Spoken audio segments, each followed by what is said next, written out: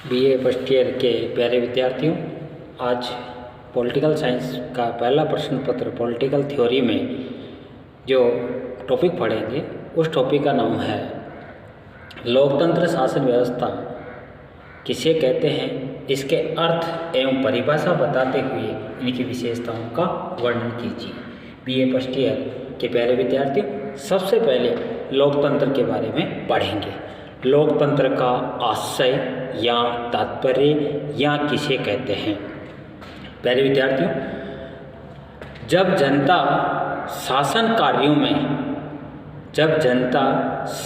कार्यों में स्वयं यानी खुद अथवा अपने प्रतिनिधियों के माध्यम से भाग लेती है तथा शासन जनता के हितों के लिए कार्य करती है, वह शासन व्यवस्था लोकतंत्र शासन व्यवस्था कहलाती है।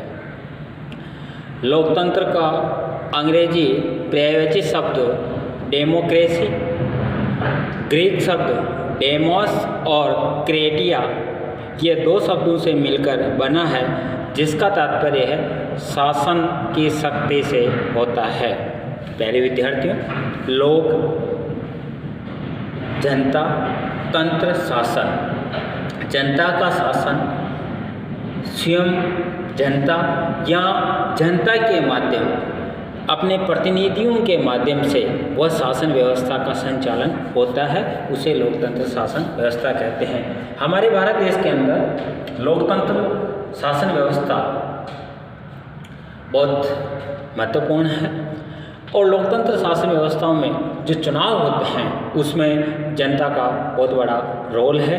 जनता के द्वारा ही सरकार का गठन किया जाता है और सरकार बनाई जाती है। जनता के द्वारा ही बहुमत के द्वारा चुनाव, जिस प्रतिनिधि जो चुनाव में खड़ा है ज़्यादा वोट मिलेगा वही विजय घोषित होगा। तो लोकतंत्र के अर्थ एवं परिभाषाएं। प्यारे विद्यार्थियों, लोकतंत्र के अर्थ एवं परिभाषाओं में पहली जो परिभाषा दी है, अब्राहम लिंकन ने कहा, इन्वर्टेड कोमा प्रारंभ, कि जनता के लिए जनता द्वारा जनता का शासन हो वह वास्तव में लोकतंत्र शासन व्यवस्था है, ये अब्राहम लिंकन ने कहा। दूसरी परिभाषा, शीले के अनुसार लोकतंत्र वह शासन है जिसमें प्रत्येक व्यक्ति का एक भाग होता है, अर्थात एक अंश होता है, मतलब जनता का बहुत बड़ा रोल होता है, ऐसा शीले का मानना था।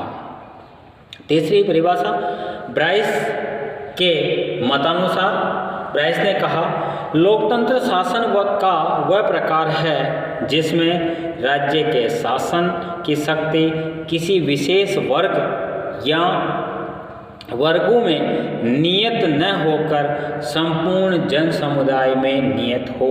अर्थात लॉर्ड ब्राइस ने कहा कि जिसमें शक्ति किसी विशेष वर्ग यानी धन बल बाहुबल के आधार पे नहीं बल्कि संपूर्ण जन समुदाय का सहयोग हो, वह शासन व्यवस्था ही सही मायने में लोकतंत्र शासन व्यवस्था है। तो प्यारे विद्यार्थियों, लोकतंत्र का तात्पर्य पढ़ा, अर्थात लोकतंत्र किसे कहते हैं, लोकतंत्र के अर्थ एवं परिभाषाओं के बारे में पढ़ा।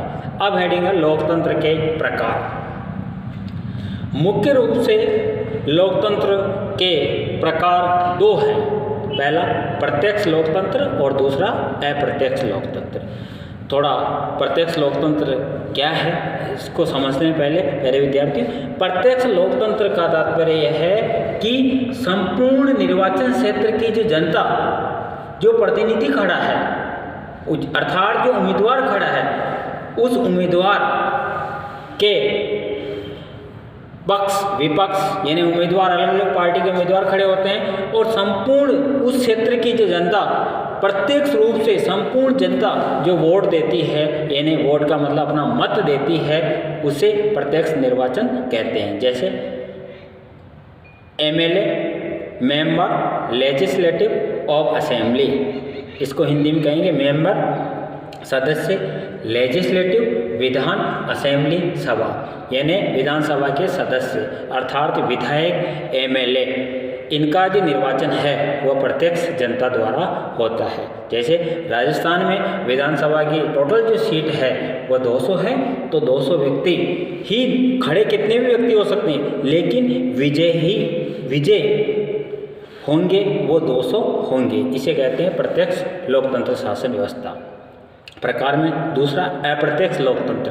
अप्रत्यक्ष लोकतंत्र में अपने निर्वाचन क्षेत्र की संपूर्ण जनता वोट नहीं देती है, बल्कि उस संपूर्ण जनता से चुने हुए प्रतिनिधियों के माध्यम से जो वोट दिया जाता है उसको अप्रत्यक्ष कहते हैं। जैसे राज्यसभा के सदस्यों का निर्वाचन प्रत्यक्ष नहीं अप्रत्यक्ष होता है। अर्थात राज्यसभा के सदस्यों को कौन वोटिंग करता है? राज्यसभा के सदस्यों को एक विधायक, मतलब अलग अलग राज्यों अलग राज्यसभा की सीट है, ये जनसंख्या के आधार पे सीट है।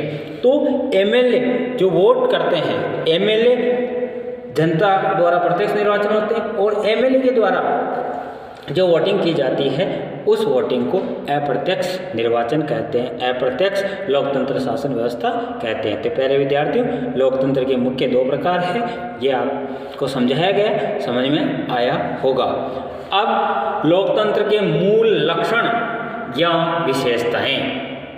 लोकतंत्र के मूल लक्षण को विशेषताएं भी कह सकते हैं। तो किस प्रकार है? पहला पॉइंट, लोक प्रभुता में विश्वास। सबसे पहले लोकतंत्र शासन व्यवस्थाओं में जनता में विश्वास होना जरूरी है। अगर जनता में विश्वास नहीं है उम्मीदवार का, प्रतिनिधि का, खड़े होने वाले उम्मीदवार का, तो निश्चित वो विजय नहीं हो पाएगा। इसलिए सबसे पहली जो विशेषता है वो विशेषता है कि लोक प्रभुता में विश्वास होना जरूरी है। दूसरा पॉइंट, राजनीतिक और नागरिक समानता। लोकतंत्र शासन व्यवस्थाओं में राजनीतिक दृष्टिकोण से सब व्यक्ति बराबर है, नागरिक समानता भी सभी व्यक्तियों में बराबर है। कोई भी व्यक्ति खड़ा हो सकता है, लेकिन जीतेगा वही जो जनता में विश्वास है।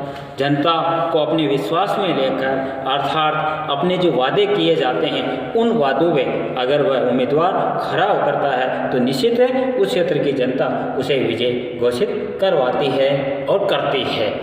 तो राजनीतिक और नागरिक समानता के पॉइंट पहला, लोकप्रिय और नियतकालीन चुनाव। लोकतंत्र शासन व्यवस्था की सबसे बड़ी उपलब्धि यह है कि समयबद्ध रूप से यानी समय पर इनके निर्वाचन होते हैं। मान लीजिए चुनाव हो गए, चुनाव होने के बाद कोई भी सीट एमएलए की हो, सरपंच की हो, प्रधान की हो, जिला प्रमुख की हो और नगर पालिका के अंदर अध्यक्ष की हो, किसी भी सीट पे अगर कोई उम्मीदवार की मृत्यु हो जाती है या अपनी इच्छा से पद से इस्तीफा देता है तो वो सीट खाली हो जाती है। तो हमारे लोकतंत्र शासन व्यवस्थाओं में उसे मध्यावधि चुनाव नहीं कहलाएगा, वो सीट खाली जो हो जाती है वो उपचुनाव कहलाएंगे।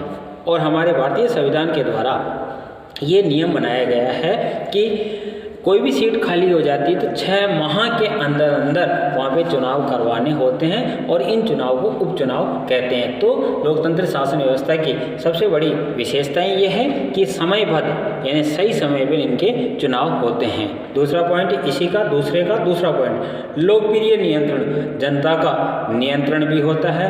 तीसरा पॉइंट, लोकप्रिय प्रभाव और उत्तरदायित्व। जनता जिस व्यक्ति को विजय घोषित करती है, विजय घोषित करने के बाद वहाँ की जनता, वहाँ के व्यक्तियों का भी उत्तरदायित्व है। तीसरा पॉइंट, राजनीतिक और नागरिक स्वतंत्रताएं। लोकतंत्र शासन व्यवस्थाओं में राजनीतिक दृष्टिकोण से और नागरिक दृष्टिकोण से भी स्वतंत्र है। चौथा पॉइंट, व्यक्ति के व्यक्तित्व का सम्मान और गौरव। वास्तव में ये राजतंत्र शासन व्यवस्था में राजा का शासन होता है, ठीक इसके अपोजिट लोकतंत्र शासन व्यवस्था है। इसमें व्यक्ति के व्यक्तित्व का विकास, सम्मान, मान सम्मान और गौरव बढ़ता है। मानवीय विवेक में विश्वास, अगला पॉइंट है मानवीय विवेक में विश्वास। वास्तव में ये शासन व्यवस्थाओं में प्रत्येक व्यक्ति का विश्वास बढ़ता है, मान सम्मान बढ़ता है। 6 पॉइंट, बहुमत का शासन। लोकतंत्र शासन व्यवस्था गिने चुने व्यक्ति या कुछ धनाढ़ व्यक्ति का शासन नहीं होता है, ये बहुमत का शासन होता है और बहुमत की सरकार के द्वारा ही शासन किया जाता है। इसलिए कहा जाता है कि वास्तव में लोकतंत्र शासन व्यवस्था बहुमत की शासन व्यवस्था है। 7 पॉइंट, शक्ति विभाजन और न्यायपालिका की स्वतंत्रता। इसमें शक्तियों का बंटवारा किया जाता है, अलग अलग व्यक्तियों के द्वारा अलग अलग कार्य किया जाता है, लेकिन पूर्ण रूप से शक्तियों का बंटवारा नहीं किया जाता। जैसे व्यवस्थापिका और कार्यपालिका में सामंजस्य होते हैं, न्यायपालिका को बिल्कुल शक्तियों का बंटवारा किया गया है। न्यायपालिका अलग, सरकार के 3 अंग है, व्यवस्थापिका, कार्यपालिका और न्यायपालिका, लेकिन न्यायपालिका को अलग ही स्वतंत्र रखा गया है ताकि न्याय संबंधी कार्य अच्छे ढंग से हो। और 8 पॉइंट, लास्ट पॉइंट प्यारे विद्यार्थियों, संविधानवाद। लोकतंत्र शासन व्यवस्था मनमर्जी का शासन व्यवस्था नहीं होता है, संविधान के अनुसार ही सारे कार्य किए जाते हैं, चाहे निर्वाचन हो, चाहे योग्यता हो, चाहे शपथ हो, यानी सारे कार्य संविधान, जो भारत देश का संविधान बनाया गया है, उस संविधान के द्वारा ही कार्य किया जाता है। तो प्यारे विद्यार्थियों, बीए फर्स्ट ईयर के आज पॉलिटिकल साइंस में लोकतंत्र शासन व्यवस्था किसे कहते हैं, इसके अर्थ एवं परिभाषा, प्रकार एवं विशेषताओं का वर्णन कीजिए। तो इस प्रकार ये लास्ट पॉइंट संविधानवाद 8 पॉइंट था। संविधान बना हुआ, उसी के आधार पर शासन व्यवस्था होती है। तो ये अपना टॉपिक आज का पूरा होता है। बहुत बहुत धन्यवाद प्यारे विद्यार्थी।